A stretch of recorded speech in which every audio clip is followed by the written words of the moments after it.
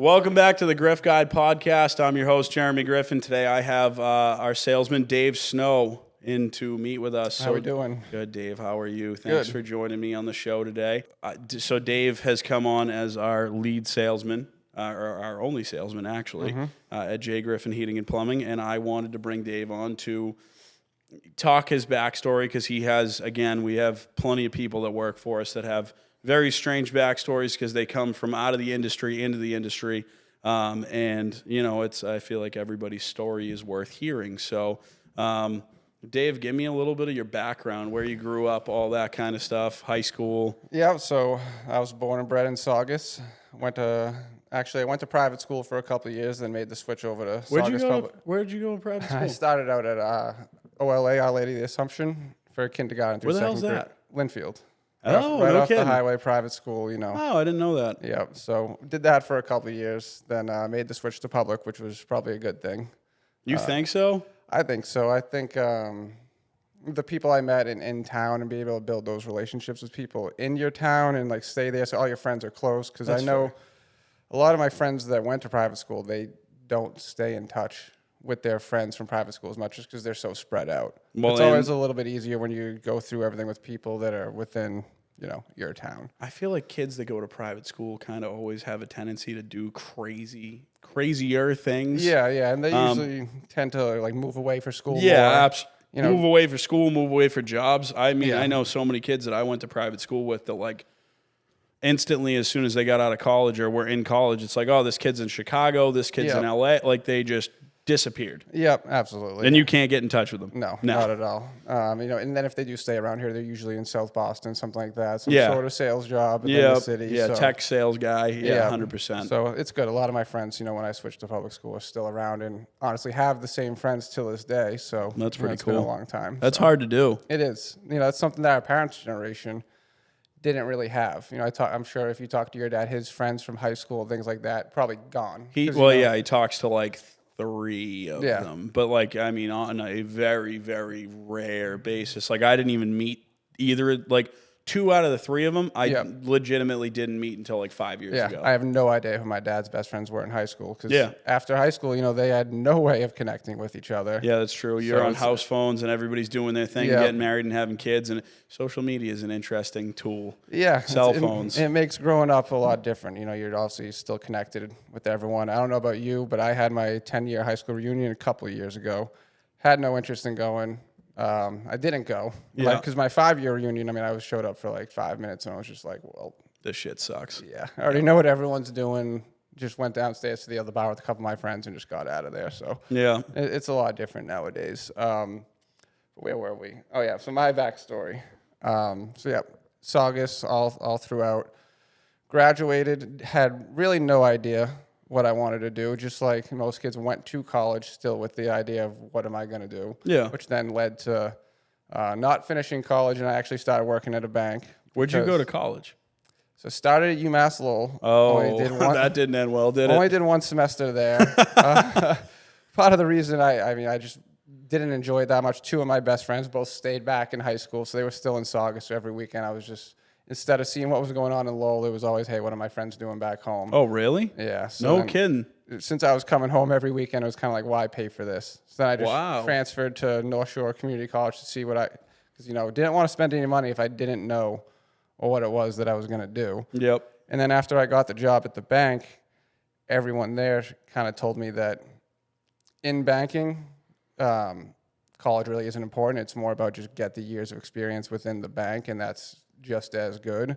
So stopped going to college just because, like, why pay for classes? If I thought, you know, at that point, I thought banking was going to be my entire life. This is me at 22, you know, finally got an office job wearing a shirt and tie every day. I'm like, all right, this is what I'm going to do for the rest of my life. But a few years into that, you realize that this is... Well, at least you were still in the dealings of handling money, right? Yeah. You didn't make, like, I'd say that's still semi on the ladder. Oh, yeah. I mean, working in a bank was probably the best thing for my professional life because they teach you really, really good customer service. Like, customer service is everything. You know, when every person that comes in, you just got to, you know, and then you find out that it's easy. All you have to do is ask questions. Right. You know, before I started working at a bank, I was the type who was like, you know, nervous ordering like my own food or calling the doctor to make an appointment just because I didn't have that exposure. Dude, I remember that when you and Tori started dating. I remember meeting a freshly new Dave into the banking world, and you were just like, "Yeah, dude, I eat chicken nuggets. I don't fucking talk to anybody." Yeah, I was fresh off working at the golf course that summer when I first met you. So I had no retail experience, no customer service experience, just had no fucking clue how to talk to people,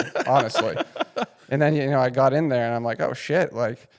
All you got to do is, if someone brings up something, just listen to what they say and ask a follow-up question. Someone talks about their kids, what are your kids' names? How old are they? And that just, some people can just go on and on and on. Yep. So, I just learned very quickly how to talk to people the right way.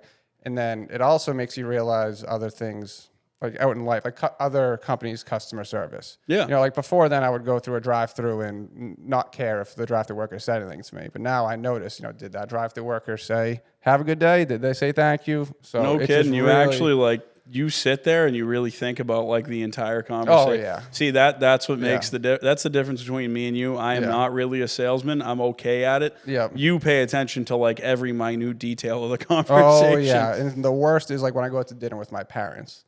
Because I didn't know those things growing up, obviously, because I wasn't taught them. So, you go out to eat with, like my mom or something, and she doesn't say thank you to the waiter after that. She brings the water over. And that's the type of shit that just drives me insane. Yeah. Because I know what it's like to be at the teller line in a bank, and you just say to someone, hey, have a good day. And they just look the other way. They don't even say anything. And you just, really just opens your eyes to, doesn't take a lot just to say, hey, have a good day, man. Thank you. Easy things that just can go a long way. Yeah, no, that definitely, that's good though. But that obviously helped kind of mold you into being a good customer service person, which turns you into a good salesman. Because really, at the end of the day, like sales, I feel like it's like 5% about the deal, 95% about the customer service. Yeah, and whether or not they like you. Yeah. The personality thing, you're never going to get past that part. Not everybody's going to like you. Yeah, and the thing I love a lot more about like HVAC sales is what I'm in now is you're actually looking to help people to benefit them for the best way for their home. Right. Rather when I was in a bank that sales stuff is just, hey, do you want to open a checking account? Do you want a loan? Things like that. Yeah, do you want to apply for a credit card? Yeah, you're not really looking out for the customer. But when I go into someone's house, one of my favorite things to say or a question I get a lot is, what would you do if this was your home? Or I'll say to the customer, hey, if this was my home, I would do this. Right. Because at the end of the day, that when I walk into a house, there's, anywhere from 5 to 10 different options, different avenues we can go down. And my line of thinking isn't always just, sell someone the most expensive thing. Right. It's, hey, what would I do? What's their situation? What's their money situation? What other home projects do they have going on? Right. You have one person who's in a brand new house built in the last 15 years. They need a new heating system. Okay.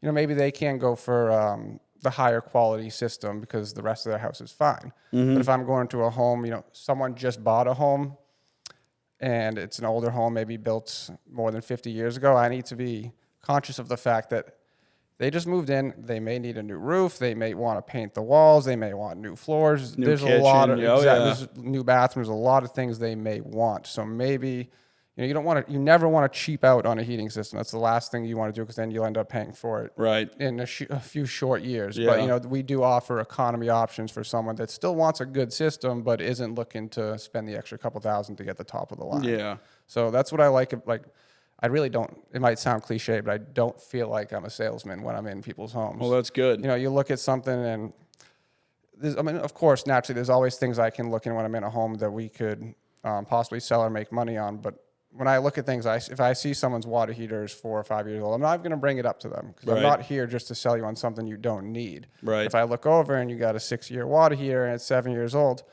I don't feel awkward or salesy bringing it up to them saying, hey, you need a new water heater because I truly am looking out for the customer just to make sure, you don't want to come down here in your nice finished basement and have water everywhere and now your walls and floors are ruined. Right. So it's just a whole different type of sales in HVAC that I truly love. And you got to be really attentive to detail and not only that, but really pay attention to where that person is at or that couple is at and their whole home ownership and home buying or whatever the case is. Yeah, absolutely. And, there's certain types of quotes that, work better than others when it comes to getting to know the customer.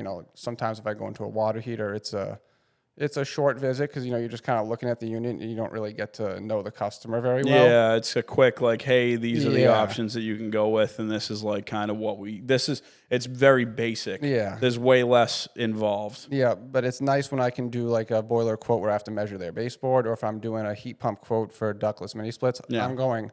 Yeah, you're walking all around the house with them. And my goal is during that, you know, when we're walking up the stairs between rooms, just have a conversation. Yep. Uncover those things that, you know, let you get to know the person. So that way you can uncover their needs and, you know, what type of system they may want, what's just going to be the best for their future. You know, do they plan to have kids? Do they already have it?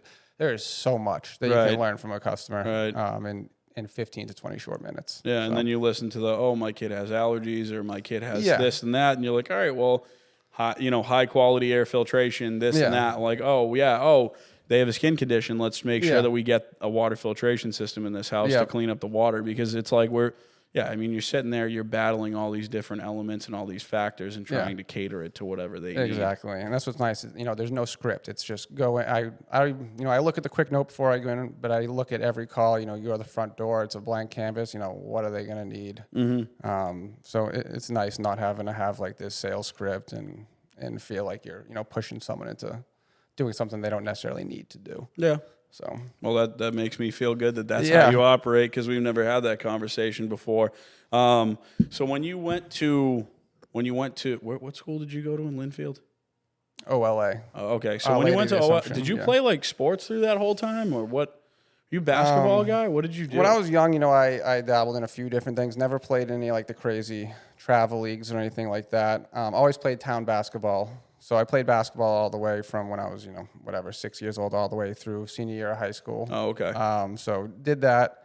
Also loved golf. So basketball and golf were the two main things. I mean, you look at me, very, tall, skinny.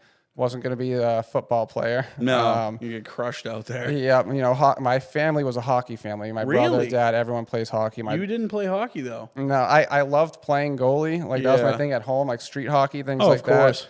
But I don't know. I just loved basketball. They're both winter sports. I didn't love ice skating that much, to be honest. So I just naturally gravitated. I feel like it's funny. There's not many people that do basketball and hockey. It's always the type of kids that it's the same time of year. So you got to pick one. So I stuck with that. But it was still always around hockey. My dad still refs at Hockey Town. So if there's anyone listening that plays at Hockey Town USA, you probably know my dad, Neil. He's one of the referees there. Huh. Yeah. That must be wild, reffing at Hockey Town, because that place is like... It's crazy. So does he ref like the men's leagues and stuff? Oh, yeah. Oh, my God. I used to scorekeep there. That was one of my first jobs when I was 15. I used to do the scorekeeping, and I watched him break up many a fights. I believe between it, some of the old. Even there was one fight with the 60 and older league, and it was crazy. Get out of here! Crazy. Are you serious? Yeah, those guys, because they bring beer to the bench, and they just then they get crazy. They get shit faced. They play some hockey. One person hits someone they don't like, and there's really no one there to tell them not to. And it's true. Now it's drop a the gloves and go. What the fuck? That's crazy. Yeah. So what's funny is you brought up street hockey in Saugus, right? Yep.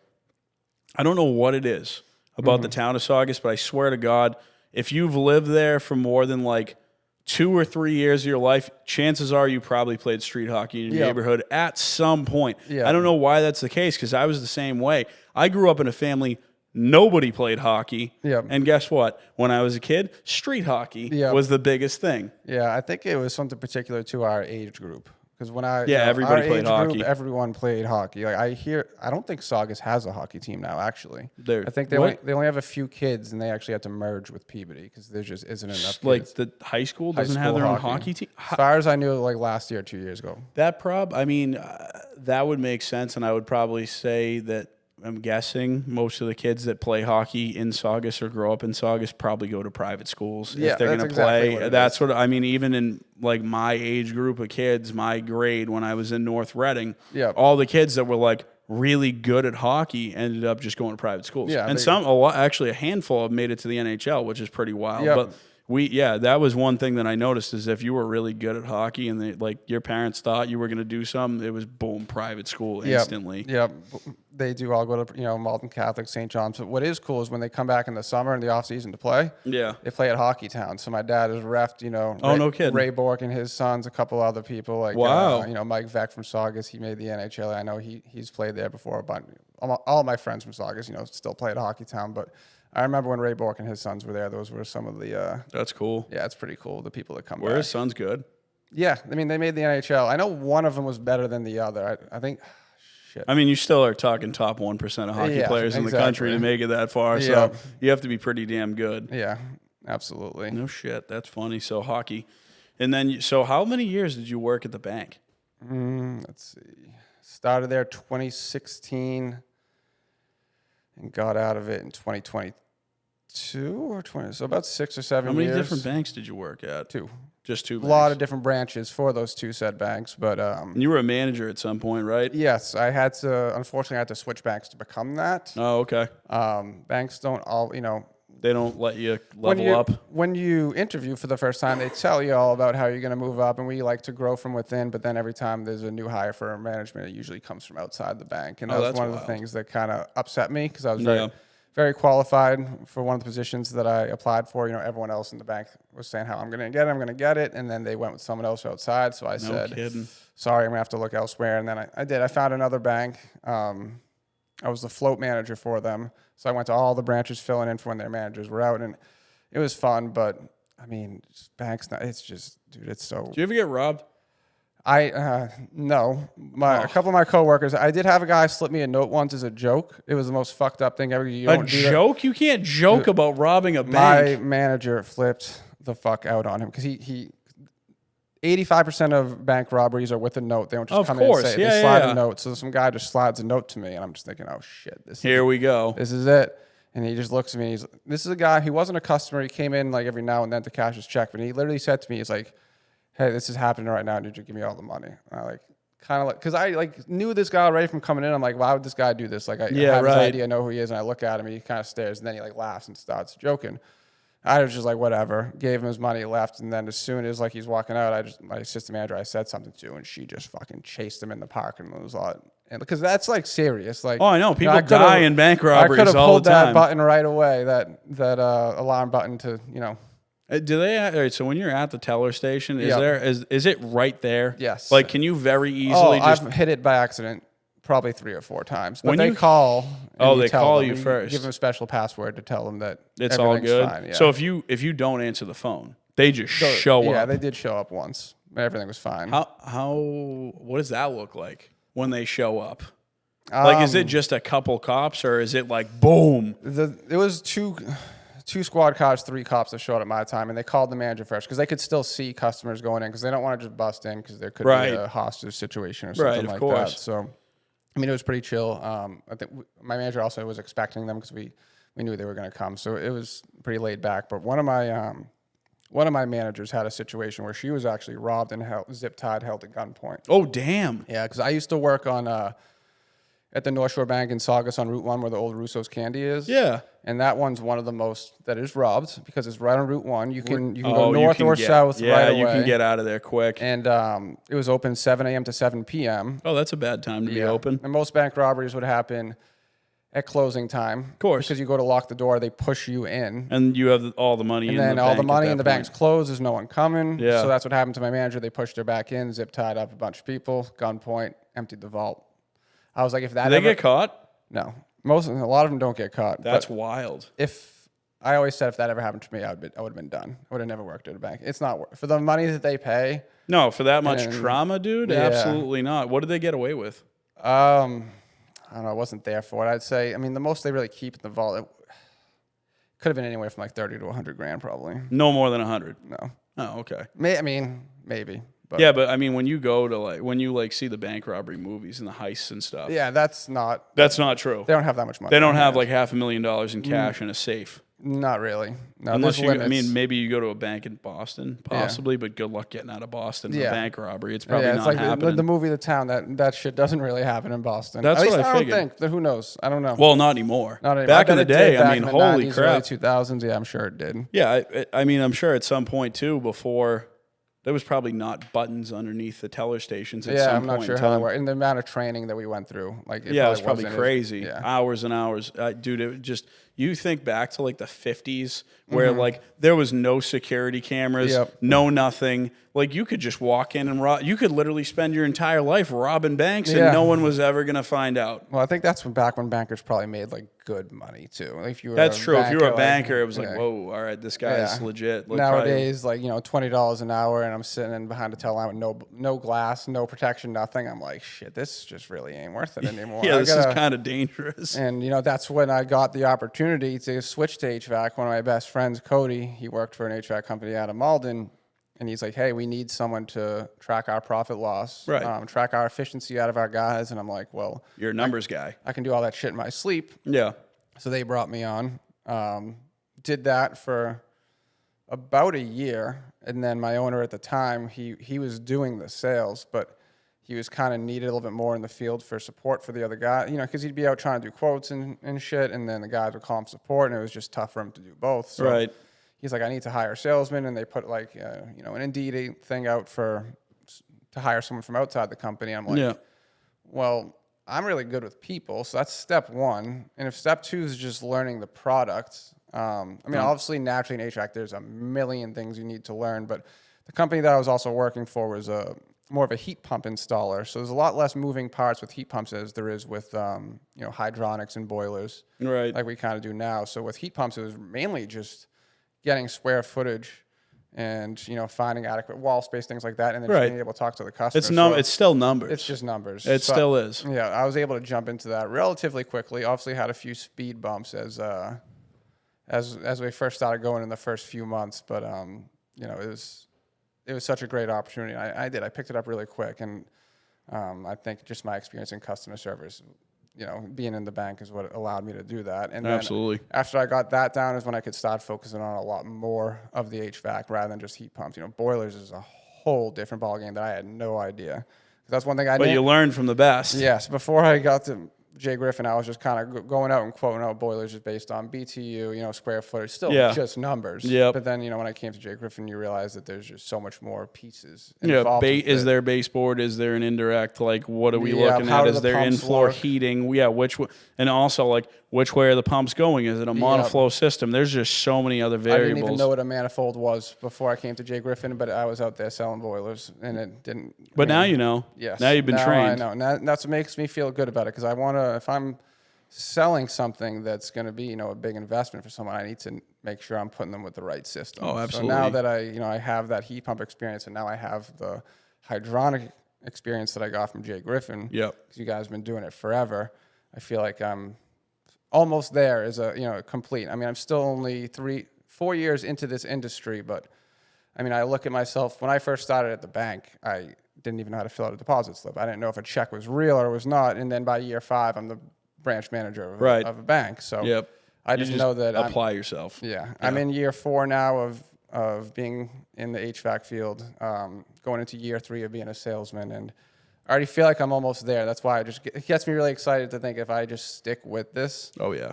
What will I be like in absolutely. In year 12 or even year 10, dude. Who cares about year 12? Let's even talk let's talk year next 5, year, dude. Seriously. Because the leaps and bounds, I only started with you guys in July, and the amount of, I'm like a sponge. I just want to take in all the information, and being able to go out with your father and watch him, explain hydronics and explain, he's really good at it. He knows what he's talking about, and that's all I do is the first few times I went out with him, I was almost like sitting on like the customer side of the table. Yeah, you're like, listening to educate me. Taking all this in, that way I can use it, and that's what happened. And I rode with him for a month. Yep. Went out and started to do my own thing. That was great, and then I got to go with him. It's always weird because this happened actually when I was working with heat pumps too. I got trained on them, and then I got kind of thrown into the fire. And when you do that, you're confident, but you're still a little unsure. Right. And then, especially with heat pumps, technology's pretty wild. So then I was doing them for a month, and I was kind of like, I kind of wanted just like another week or two. Yep. So I got another week or two of training, and then after that, it was smooth sailing. Now that kind of happened a few weeks ago at Jay Griffin, where I learned everything with the hydronics. went out to the fire. I'm doing my thing, but then I went on one more call with Jeff.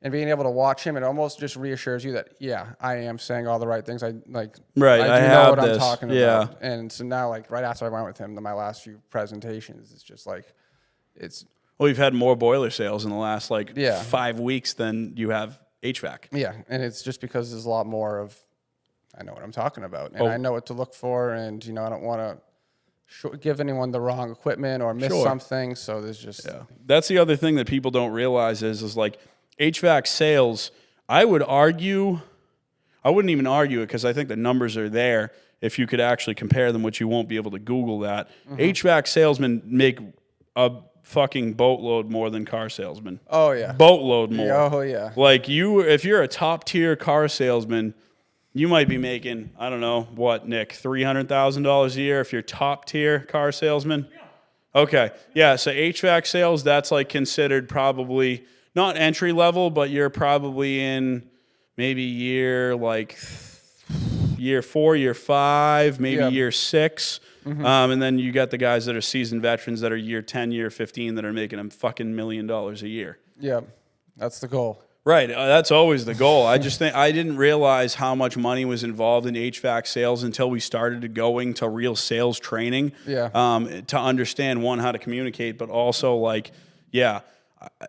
I had no idea until this dude. So there's this guy that works for a company locally. I think they're out of Waltham. I'm not going to name names here, but this guy that works for this company, I saw his fucking W-2, just a paycheck from 1 week.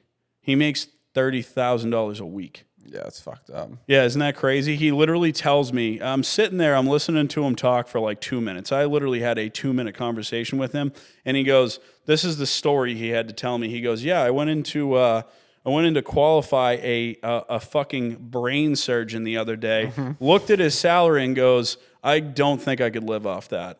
I was like, are you fucking serious? Like, dude, I mean, granted, you're talking like cream of the crop here, best salesman you're gonna find probably in this area, but holy shit, yeah, dude, it's crazy. Like sales nowadays, like that's almost what every job kids coming out of college do is sales of something. Well, I mean, sales makes the world go round, and that is probably outside of like being a celebrity, being famous, anything like that. That's the only job where the sky's the limit, and it literally as much as you put into it is what you get out, and it's literally that is the working formula. Yep. If you really apply yourself, I get a buddy of mine that owns a company locally. They're out of Watertown, and his salesman does, he sells $500,000 a month in equipment. I mean, dude, when you're talking about doing $5 to $6 million a year in sales, and he's getting an 8% commission on that. Yeah, usually anywhere from like 4 to 8. Yeah, so I mean, still, even at 4, it's like holy probably. shit. I mean, yeah, he's probably making a good chunk of change. I have to guess. Oh yeah. I don't know, but like, I mean, 8% of 6 million. What is that? 80,000 every million. So like 4.8 million. If you're getting 8%, is that math right? No, because he's only selling $6 million a year. Oh, I see. So what would that be? 480,000. 8,000 every million. So wait. No, my brain's crap right now. Let's do the quick math on that because I'm actually curious. Yeah, I just hear numbers and then I assume, but I did see that guy's W-2 one time. That's the only reason why I bring it up. When I saw that, I was like, what the fuck? I was off by a zero. 480 grand. Yeah, 480 grand. 480 grand a year, though. I mean, holy shit. You're making more than most lawyers. You're probably making more than, I would say, at least most doctors. You're probably making more than like pediatricians. Yeah, not the specialties like anesthesiologists and stuff. But no, I mean, dude, even an anesthesiologist, you're probably making a couple bucks more than them. Because I know I've talked to a couple anesthesiologists before, and they make like $370 to $400. So you're still fuck, man, holy crap. Yeah, $480,000 a year. Even in Massachusetts, is like life-changing money. Oh, yeah. I don't even know what I would do with it because I don't spend money on shit. Yeah, you were saying that. Like, you haven't bought... When's the last time you bought yourself clothes? I don't even want to say. 2010? Honestly, for myself, like, other than maybe a sports jersey here or there, yeah, it's probably been since I was single, which was 2015. Sorry, Tori. 10 years ago. Yeah. Tori buys all your clothes. Everything's either Christmas or work and that's another thing. I mean, I worked for Budweiser for years, and all they did was give out free clothes. And that was for 2010. You got Budweiser shirts coming in your eyeballs, bro. I got a Bud Light shirt underneath this right now. Of course you do. I mean, it's free. Yeah, free it's true. T-shirts, so why not? That's true. Why go buy them? Yeah, my dad still works there, so I still get all. Did they the ever free give you shit. any cool stuff when you were at Budweiser, like a sweater and like that? Oh my god! Oh really? Sweater. Dude, we got. Oh, so you guys got everything. The coolest thing I got is before I went to UMass Lowell, my dad got me this big, tall Budweiser, like 4 subwoofer, just tall speaker. We got a lot of trouble with it in the dorms, but it was fucking sick. It's probably loud. Yeah, we get the umbrellas for the tables in the summer. Like we get a lot of cool shit. No kidding. Celtics tickets all the time. I actually just went to the game with my little brother last Wednesday. It was only his second game ever. Got those from Budweiser. There's a lot of nice perks that come out of that. A lot of free beer, obviously. Yeah, of course. Now that I actually just set a date for my wedding, my dad's already telling me, wedding venues usually don't let you bring beer, but because we're doing the wedding right behind our house, my dad's just going to drop off a fuck ton of Bud Light in Jolene's backyard. So what is you guys just going to wheel it over? He'll just bring it over in a Budweiser truck or something. Oh. Maybe bring like a keg or two and just like a bunch of 24 packs. Wait, but you guys are going to be able to sneak that into the venue, are you? Or is it going to be like, oh, I had this delivery, and they're going to go, oh, we didn't know about that? Yeah, it'll be the type of thing that, what are you going to say? The truck just drops shit off? I don't know. Well, they're not going to even see it. It'll just be when someone wants something, just walk over across the lawn and grab a beer if you don't feel like paying for it. Or it's more probably for like the... After. Yeah. You excited to get married? I am. Yeah, it's going to be very exciting. That's good. I'm glad you're excited. I'm glad we're doing it in a place that's going to be kind of low key and and on top of it, I mean, you guys have been dating for 10 years now. And you've been living together for what, 5? 4. 4? Okay, so I mean, it's like. Yep, and just so everyone knows, I'm engaged, getting married to Jeremy's cousin. Yeah, so that's how this whole relationship started. That's how we met. Probably should have brought up like 30 minutes ago, but yeah. So Dave came in. Well, it's been cool to see Dave kind of blossom too, because I got to see Dave come from the 22-year-old kid that like actually didn't know how to speak to anybody and just ate chicken nuggets. That's all I remember is I remember Jolene being like, yeah, like Dave doesn't really eat here because he doesn't eat anything. Got it. Yeah, I've grown a lot in my palate. I mean, even last night at the Christmas party, Caesar salad, chicken, broccoli, ziti, prime rib. Weren't to eat all that shit 6 years ago? But really? I mean, prime rib maybe, but I didn't eat any vegetables back then at all. You wouldn't eat a salad. Definitely wouldn't eat a salad. What the fuck is a salad? So yeah, I've grown a lot. Tori's helps me with that.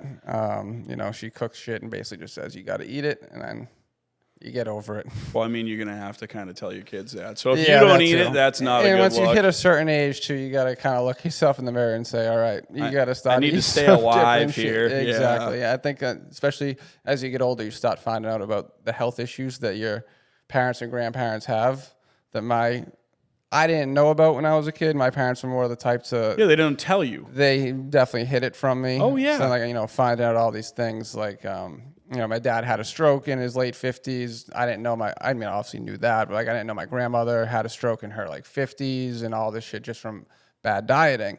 And here I am eating McDonald's 5 times a week, and I almost want to tell my parents, I know you can't force me to eat healthy, but goddamn, you should have tried. You should have been a little bit more forceful with me, seeing me and my brothers eating fast food ever. I mean, that's the thing though with me. My metabolism is extremely fast, so I would eat McDonald's literally every day, talk about whatever shit. Didn't matter. Didn't gain a pound, so here I am thinking stupid in my young 20s, just thinking gonna that do I'm this healthy. For forever. Yeah. But you don't realize that you can be skinny and your insides can still be fucked up. Oh, absolutely. So I'm trying to get off the soda and all that shit. So that's come a long way since when we first met. The medical stuff, it's funny. Dude, I was downstairs last night talking to my parents, and my mom goes, oh, yeah, you should probably get an MRI soon. And I said, what the fuck? Where the fuck is it? So my grandfather had multiple TBIs over the course of his childhood and into his teens and 20s. Mm-hmm. He got hit by a car when he was 6. Hit by a bowling ball, had some crazy head injury when he was in the military, had an aneurysm when he was 33. Oh, shit. And my mom just told me, I didn't know that this stuff actually ran in the family. I thought this was just all right, you got hit in the head a bunch of times and got unlucky. Yeah. Well, come to find out, his brother also had an aneurysm at 60-something, and now she's like, oh yeah, you should get an MRI, because if it's some sort of blood vessel in the back of your brain, and if it swells and goes, you have an aneurysm. And I'm sitting here, I'm I'm almost 30 and you're just telling me this now. What if this is a problem when I go, now what are we going to do? Yeah. I know. It's funny that like they didn't, you didn't hear some of that shit because Tori, obviously in the same family as you, like she's known all of everyone's history for a long, and she's the one who made me find out for my family because she got mad at me. She's like, how do you not know your family's medical history? Like it's so important. And I'm like, I mean, they always hid it from me, and I was always under the pressure, like, when I have kids, I don't want to scare them either. No, but, you have to. You maybe, should. like, once they turn 18, 21, they're old enough to kind of have that conversation. I feel like once you can go to... Oh, that's bad. He called me twice. I feel like once you go to... once you're old enough that you're not going to a pediatrician anymore, it's probably time to tell your kids, like, hey, you have all this shit running in your family. Because, like, I mean, granted, I'm probably more fit than most of the Griffin side of the family ever has been, but still, like, now I'm like finding out from the other side of my family that's extremely healthy. Yeah. Oh, great. Yeah. Aneurysms. Like, fantastic. And now I'm getting to that point where it's like this could become a real threat. Yeah. I know. Similar it's to me. Very scary. Like, finding out that everyone in my family is like diabetes. My dad's like pre-diabetic, and here I am fucking chugging soda nonstop, candy, sugar, everything. And I'm like, damn. Yeah. It's hard. It's not easy. Like it's funny, starting literally yesterday, I quit soda again. So today I went to Walmart and I bought 3 40 packs of water. Because the funny thing is, like, I have quit soda in the past. It's just it's addicting. The first week is tough. You crave that carbonation and shit. But I know from experience, once you get to like that second or third week, you don't need it anymore. So did you ever try like Poppies or Ollie Pops or any of those? No. Okay, because it's soda and it only has like 4 grams of sugar in it. Yeah, that's probably what I need to. You could drink like literally 20 of those and it would be equal to like 1 Coke. Yeah. See, what I do to get off of soda, I know it's not the healthy way, but I just need to be able to quit soda. I do Blue Powerade, even though it has a fuck ton of sugar. And it has a ton of dyes in it too. It's a bridge to just get off. Because if I can just drink Powerade for 2 weeks, then I'll be fine with the water. And it's easier to transition from, all right, no more Powerade, just do water, than it is to go from soda to water. Yeah. That's what I'm trying to do. I want to be clean, just water, and obviously like some milk, juices, whatever. Yeah. But like, I'm just trying, like, I think it's really important to just drink water, and I'm trying really hard, but it's not easy. No, After you're addicted to the carbonation and the soda, like, it fucking gets you. Especially when you're in like a comfy time in your life and you're like, it's around. Like right now, I'm doing the same thing. I'm like, it's around the holidays. Like, fuck it. I'm only going to the gym a few days a week. I'm not running. I'm not doing any of this stuff. And I'm like, damn, like I was in way better shape 3-4 months ago. What the fuck am I doing? And it's so easy just to say like, it's just this one soda today. But then, it's the next day and it's the next day. So, I mean. Yeah, it catches up with you. It's Luckily, tough. you don't gain the pounds though. See, I will soon. You probably will, but dude, I mean, my metabolism caught up with me when I was like 14.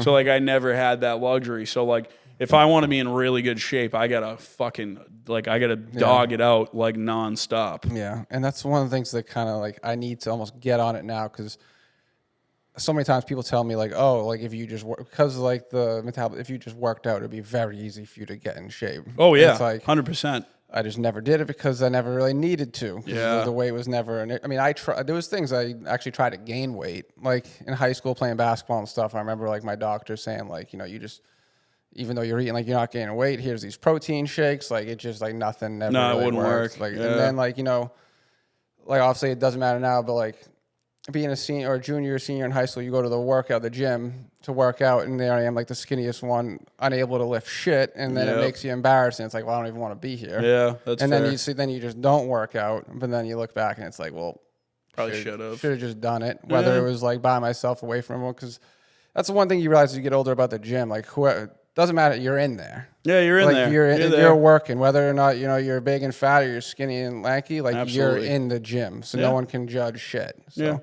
I always like going to the gym too. It's funny because I played football in high school, and I got to my sophomore year, and I actually liked working out more than I liked playing sports. Yeah, and that's what I did for years and years and years. But it's so funny because, and I think I had this conversation with Nick, or I had this conversation with somebody recently, and it's like, when we were in high school, it was not cool to be fit and work out. So, like, I was like the weird outlier kid that was in the gym, like doing like 400 or 500 pound deadlifts, and people are like, what the fuck is wrong with this kid? And now it's like every 17-year-old wants to do that, which I think is crazy. Social media nowadays. Yeah, social media changed everything, and I'm like, dude, why wasn't I born like fucking 10 years later? Yeah, I know. I think that all the time because, I mean, here we are talking on the podcast. I did something similar to this when I was in high school, like sports TV shows and stuff, and we like just missed the boat. Like one of my friends would have been a great content creator, and like we were just all about creative ideas for our TV show and stuff. And it's just like, damn, if we just grew up 10 years later, like we might have been able to take our TV sports show like somewhere. You guys could have been Barstool. Yeah, something like that's kind of like we were before it, but we just, we didn't apply ourselves. But it's funny, one of the kids that I was on the sports TV show with, he stuck with it, went to Endicott for communications, and now he actually talks on 98.5 with Felger and Maz, the sports hub. His name's really? Kevin Majori. I started the sports show with him, and he stuck with it, and it worked out for him. So sometimes I look back and it's like, well, damn, if I stuck with it, I probably could have done. Probably could have done something with it, but whatever. Everything works out for a reason. But I mean, we have this here, Dave. Yeah, I know. But I can't talk about how proud I am of Kevin to take it from Saugus Community Television to be the producer in the booth, talking with Felger and Maz every day. Very impressive. So. Yeah, absolutely. Well, he stuck with it, right? He stuck with it. Stuck with it. That's all it's about, dude. Exactly. Find your passion and stick with it. Yep. So, that's pretty cool. Yeah. Speaking of passions, I actually have a question for you because obviously, I know a little bit about you, but all right, go for it. Like, I guess if you weren't doing this, what would Jeremy Griffin be doing? Like this? No, HVAC. Or like HVAC? Oh, yeah. All right, so I'm actually. It's funny you asked that question. So if I wasn't doing this, if you were like, hey, bro, your life fell apart, you don't have a company anymore, you don't have a job anymore, you have nothing, you have nothing. To be honest with you, I love the idea of doing the most fucking dangerous jobs you can find. Yeah. So like if it was up to me, like top 5, or I could probably give you, let me think, top 5. I'd be a roughneck on an oil rig. I would be a wildland firefighter. I would do some sort of mining, whether it was like actual coal mining or strip mining, something fucking dangerous. Yep. Fire jumper, which is when you jump out of helicopters into wildfires, or probably something in the military. Yeah. That's probably what I would have done. Like nothing that we do. Yeah. Like I love what we do and I love helping people, but at the end of the day, like this shit just doesn't get me excited. Yeah. Rappelling 120 feet down into a canyon gets me excited. Almost drowning in a fucking river in Maine while I'm on a raft, that gets me up in the morning. Yep. I like that stuff. I don't know what it is, but I like to undergo incredible amounts of stress. Yep. So I thoroughly enjoy going in the sauna at 200 degrees for 20 minutes. Like, I love that shit. Yeah. I love jumping into 35-degree water for 5 minutes. Yeah. Like, I get that. I wouldn't personally do it myself. I like to watch, all the Red Bull or Crazy Extreme. Yeah, that shit but seems like a lot of fun to me. Yeah. I love dangerous things, and I always have. And, I don't know. Maybe I would do, demolition. I don't know. I just don't. What we do is nice and it's safe and it's a good atmosphere to be like, hey, I want to have a family someday and I want to get married and I want to just live the family life. So it's I feel like in a way I'm going to, I'm kind of just taking the safe approach. But yeah, if it was up to me, I'd do something fucking wildly dangerous that would get me killed. Yeah, it's funny how it works. We all are young and we all think that we're going to have this crazy, exciting job when we grow up. And no, we're not going to settle for something just boring and safe. And then, Yeah, I didn't even give a fuck about the money either, dude. I would be willing to go work on an oil rig and make $20 an hour to almost die every day. Yeah. Have you ever seen the videos of those dudes running an oil rig? I haven't, but I probably will now that we're talking about it. Yeah, you should. I would have him pull it up, but it's dude, they have these big hydraulic wrenches that they use. And basically the way it works is they have a drill head. They send the drill head down in the earth, and they just keep adding sections to the drill head. They just keep adding sections. But the way they add sections is they have these giant hydraulic wrenches and a chain that's on a pulley or a come-along that's motorized. So it's dude, when you see them, they're literally just running in there with these hydraulic wrenches, taking the sections apart, dropping a new section in with a crane. You're getting covered in fucking oil. Yeah. And then you're almost cutting your fingers off every 5 minutes with a chain. Yeah. It is wildly dangerous when you see them do that. And at the speed that some of these guys can do it, you're like, how the fuck are they still alive? Yeah. Because, dude, even like the drill section that they drop down, it's like a 20-foot, 4-inch Schedule 80 piece of steel. Jesus Christ. And you're dropping that down and threading it in with these big giant things that could just break your fucking arm off. Yeah. I love that stuff, though. I thought it was the coolest thing. I mean, even from like the time I graduated high school, I've always had it in the back of my mind that like if shit really hit the fan and my life just fell to pieces, like, yeah, dude, I'm going to pack my truck up and go to fucking Texas. See you later. Yep. And just like go dog it out and not give a shit. Yeah. Yeah, that sounds like a lot of fun. Yeah, right? I don't know why people are interested in that. I don't know why I'm wired that way, but I do. That's my answer. I would not be doing this. I'd be doing something wildly dangerous because, like I said, I just took the safe approach, and I grew up with it too. So, like, you know, I don't know. Did I ever feel like I had an option to do something different? Yeah, but did I find that the option that I picked was something that I already had knowledge of and it came to me easy? Yeah, 100%. And that's why I just don't like it's adding the business side of it's cool though. Like I definitely enjoy the business side and the numbers side and the how do we grow, how do we make this thing better? The creativity side of running the business, I think is probably where I excel the most and where I really thoroughly enjoy being the most. Like when it comes to field work, dude, and I know this isn't a good look as a company owner, but I like absolutely do not enjoy it. Yeah. Like I can do it. I can do it with my eyes closed. I'm very good at it, but I just don't. I genuinely do not enjoy it at all. Well, and that's the thing. You know, you've been around it and I mean, I don't want to say you've mastered it, but you're pretty much almost there. So there's not necessarily so much more for you to learn. So I can see that happening where it's just not as exciting because it's just well, and I didn't know this, but I have more of a talent for running a business than I do installing equipment. Way more of a talent because it's like even if you go back and where we were at this time last year, it was like me, Josh, and Jeff, and like this kid Nick that worked for us, and we had like a couple apprentices, and now we have like this giant team of people. We went from like 7 or 8 people to 17. I added 10 people in less than a year. Yeah, it's a lot different. You know, I think we had 3 trucks this time last year, and now we have 7. So like I think I found something that I'm good at that I actually don't mind doing. Yeah, it's impressive to be able to double your staff in 1 year and maintain it. And maintain it and be able to pay the bills, and our revenue went up. So, you know, and the greatest part is like they say in business, when you cross a certain amount of revenue at a certain amount of years, that kind of doesn't necessarily lock you in, but it raises your odds. Like the restaurant thing, if you in your first whatever amount of years, the chance of failing is like 66%. But like it's the same thing in an HVAC business.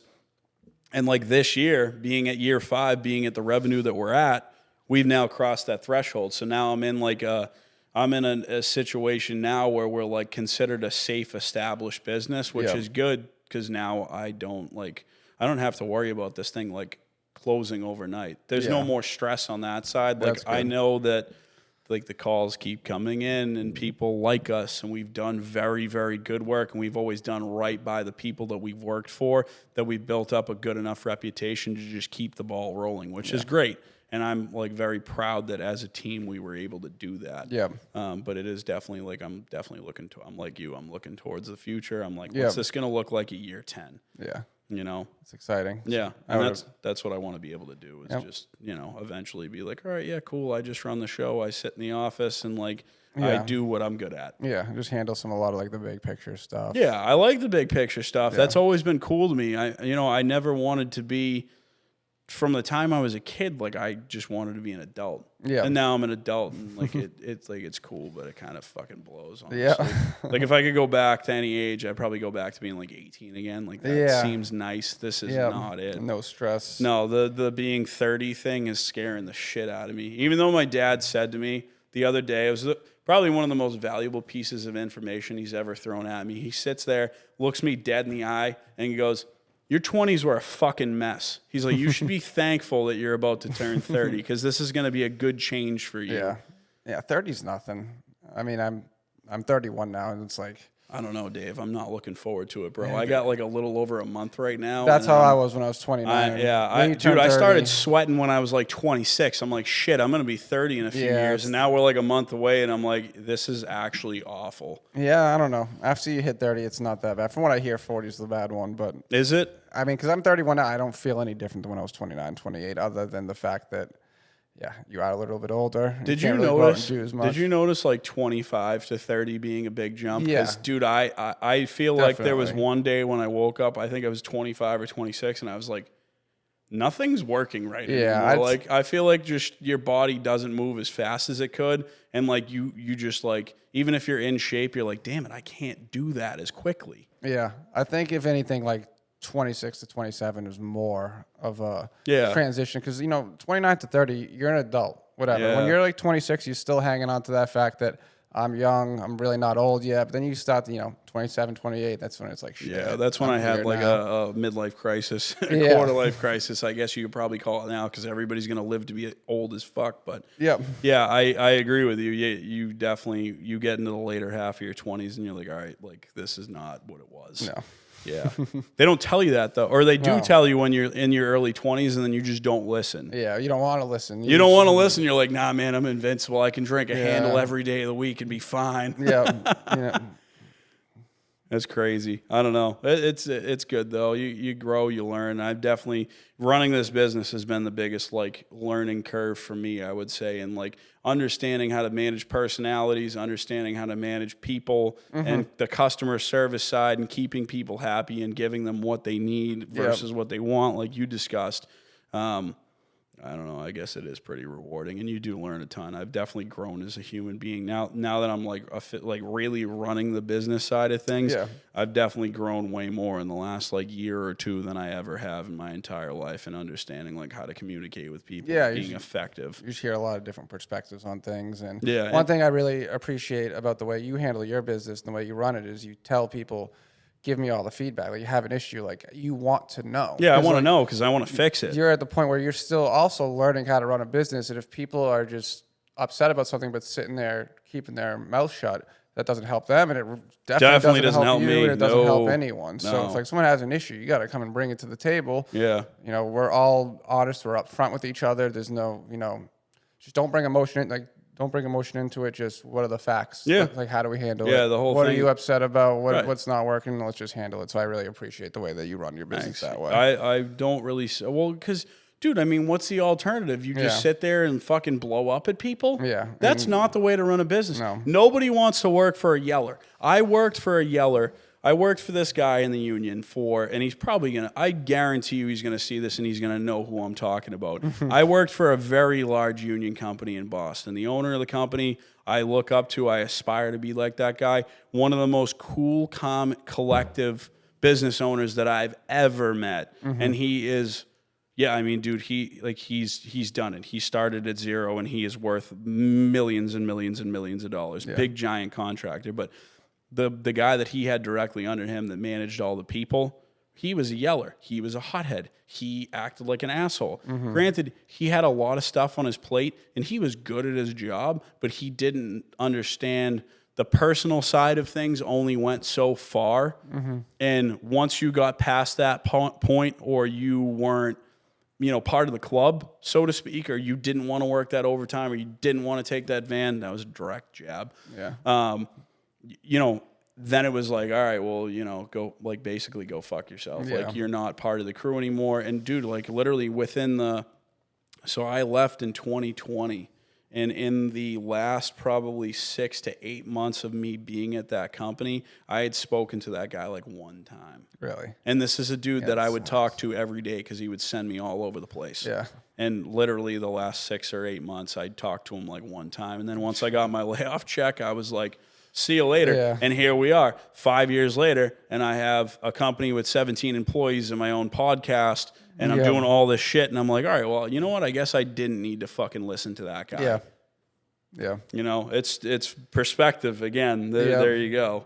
Yeah. But for all the people out there that want to start their own company because they're pissed off at their boss, you can definitely do it and you can make it happen. Yeah. I mean, try it. Yeah, you definitely should try it. One thing, especially talk about turning 30, is you don't want to get too old and look back and say, Because that was one of the biggest things. Like leaving the bank for me to jump into a small business type of field was a big. Oh yeah, because you went from mega corporate down to mega safe to mega risk. Yeah. And I just kind of looked at it like, I will be so mad at myself if I'm in my 50s and I'm still in banking and I look back and say, I wasted it. Why didn't I try something? Because, you can try anything. Like, you see people, they move around jobs in their 40s and 50s still. Sure. So, like, if you're still in your 20s or 30s and you're not loving your career, just go fucking try something else. Because guess what? If you don't like it, you can just revert back to whatever field you were in. It might not be the same company, but the door's always going to be open if you if you have the skill in that business, you'll be fine. So absolutely. Try something new if you're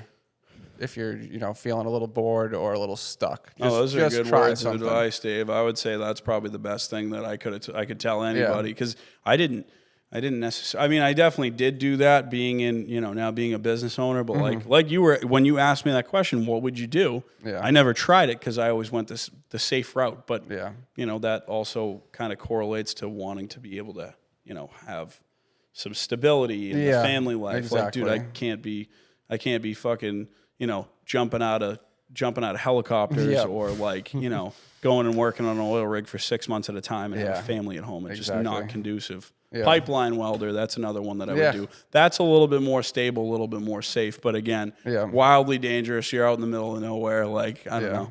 But this was good. Yeah. Thank you for coming on today, Dave. This was great. I'm going to have you back for sure. I would love to. Because we have weeks and weeks and weeks worth of recording. We have to have a bajillion and a half episodes, according to the producer here, before anything really happens. Yeah. We still need 10 episodes. We're only on episode 9. So yeah, and before we came in, I was like, what the hell are we going to talk about for another hour? I could and there you go. I could easily go for another hour right now. I know. Everybody that sits in the seat that really gets involved in the conversation, they say that every time. Like, we had Rob on a few weeks ago, and he was like, dude, I was expecting to sit here for 3 or 4 hours. And I'm like, no, bro. Like, we're going to just do an hour. I'm sure at some point down the road we'll run specials and we'll do all sorts of other stuff that maybe we'll go in depth one time. We'll talk real technical and we'll do a little bit more there. But there'll be a time and a place, and you'll definitely be back on. So thank you for joining me. Thank you for joining me, guys, and we will be back next week for episode 10.